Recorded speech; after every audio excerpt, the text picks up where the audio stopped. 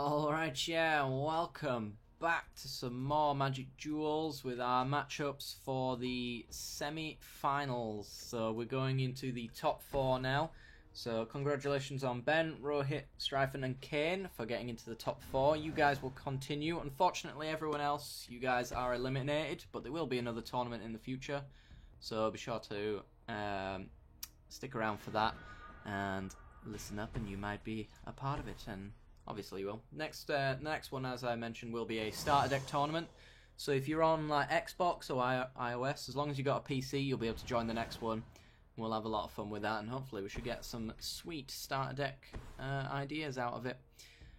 This week, by the way, I'm playing the White Weenie deck that I played on the channel a while back. I haven't touched it, so this is completely as it is. Right, ooh, always watching. So we're going to go planes into always watching. So yes, the final scores for everyone will be down in the description if you want to see where you placed at the end of it.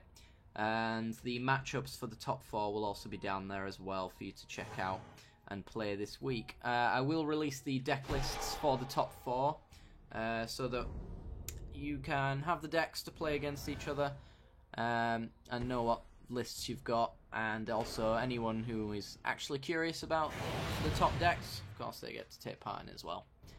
Anyway, we're just going to continue on with the game. Our lieutenant is being firecrafted away. That's fine, it's not being pointed at us, so we win. Deep down. Alright, so I think we want to go Blade Whirl, and since he's tapped out, we want to get it out of burn range, or at least average burn range as well.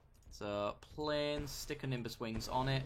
So he's going to have to like Lightning Axes to get rid of this Blade Whirl. Otherwise we're getting 4 over the top of him every turn. So we'll see. So he's going to tap his guy, his Alchemist. Deal 1 damage to us. Down to 18. And he's down to 17. He's, by the way, rank 31, called David 1. And he does have a Lightning Axe. I saw that. He's going to Lightning Axe away our Blade Whirl. She's actually pretty bad for us, because it means we've got a knight that we're not going to be able to get any benefit out of when we come to placing down. Discarded an island, so he doesn't have any... Oh, thank you very much for that, Fevered Visions. Yeah, he didn't have any Madness cards to discard with the Lightning Axe, so he got no value out of it. But he's played a Fevered Visions against our hyper-aggressive deck, which we can use all the help we can get. So, Knight of the White Orchid comes down. Won't gain us any benefit, unfortunately. But we do get to draw a card at the end step. He's going to tap down the Alchemist. Alright. Expose Evil is absolutely useless against the Alchemist because he can just tap it in response whenever he wants. So, we're not going to get any benefit out of that. Hanway Militia Captain isn't going to be good until we've got more creatures, unfortunately. Alright, but we're going to be able to keep our card limit very low for the Fevered Visions. So there's not really much you can do about it. I think we want to go in for the attack first. I'm guessing he's got some sort of burn for our creature. Yep, here we go. Oh, he's just going to Fumarole. Alright, well if you're going to Fumarole, then I'm going to tap you down. I get a clue out of it, so that's my benefit. He's going to tap his Alchemist in response. Yep, okay. We get in 3 damage. And a clue token. I don't want to crack that clue just yet, because we get burnt for having 4 or more cards in hand, so cracking that clue up to 3 would mean that we'd tap out, and then, yeah, we'd go up to 4 and take the damage. So we'll put out the Militia Captain, pass the turn, get a free card without any damage. I'm sure our opponents really regretted playing that Fevered Visions, because he's just allowing us so much advantage here. Alright. Won't mind another always watching so that we can get out of... I suppose Radiant Flames won't do anything anyway, because he's only 2 colours.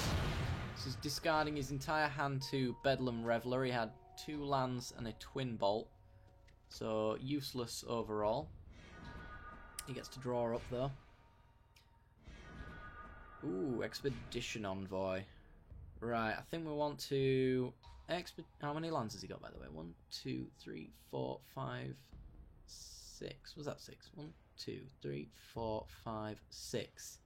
Alright, so if we play the Knight first, then we get to take a land and thin our deck out, which is good. It allows us to empty our hand quicker. So we get the plains, play the Envoy, and we want to grasp, and we'll put it on... Ooh. I suppose I'll put it on the Knight, because the Militia Captain's about to get really big, and I don't want to make a massive target that could blow us out later on. So we'll do that. We will attack in and tap down his Reveler, because it's the only one who can trade off. And we'll hit him for 7 here. Alright. And then we get a free draw off the Fevered Visions. Our opponent pretty much killed himself with that Fevered Visions, in all honesty. Gideon is just... it's just brutal at this point. Oh, Weenie, how much I do love you. You make for very short games. Which is great. It allows me to do a lot more. Yeah. They're pretty good against Super Friends as well, because they can't really stabilise too much against our aggressiveness. This deck, I believe, wins in turn 4 fairly consistently. In this case, not because he had a lot of burn and removal in the early game, so... Fiery Temper, probably on the Militia Captain. Yep. Alright, that's a shame.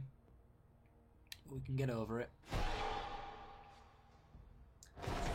Because I think we just want to ultimate Gideon, maybe. Or maybe I'll just get a token out, I'm not sure.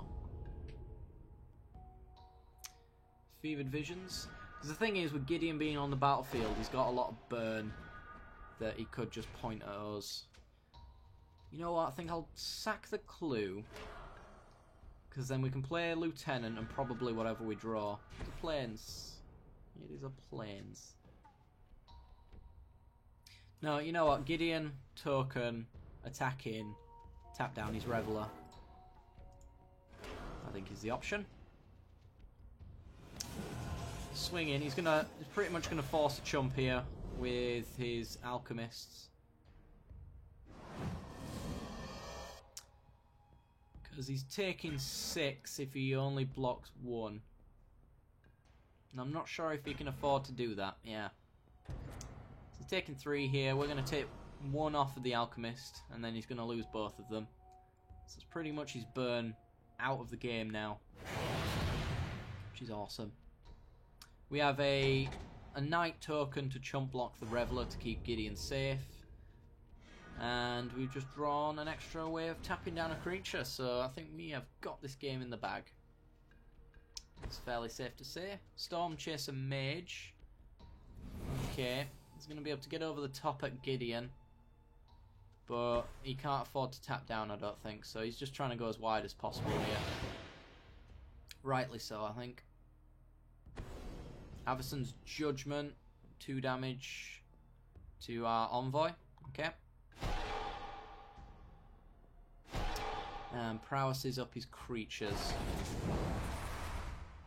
So I imagine he's not going to attack. He might want to try and kill Gideon though. And he's going to take 2 at us. Alright. Well, we're just going to tap him out now and kill him. And that's going to be the game. Because Grasp of the Hieromancer taps down his Reveler. The one that we've already got taps down the Hanwei Garrison. Which won't be doing anything. So here we go. Bush, bush, bush. And murderize our opponent. For a lot of damage. Tap and tap. Victory! Alright guys, be sure to check out the description for all your matchups and for your final scores. I will put the lists in the description later on. I'm a little tired now, so they won't go up immediately. But, yeah, so top 4, you've got until the end of the week to play your matches, just the same as any other week, and send them to me, and then we can do our thing. Alright guys, I will see you later. Goodbye.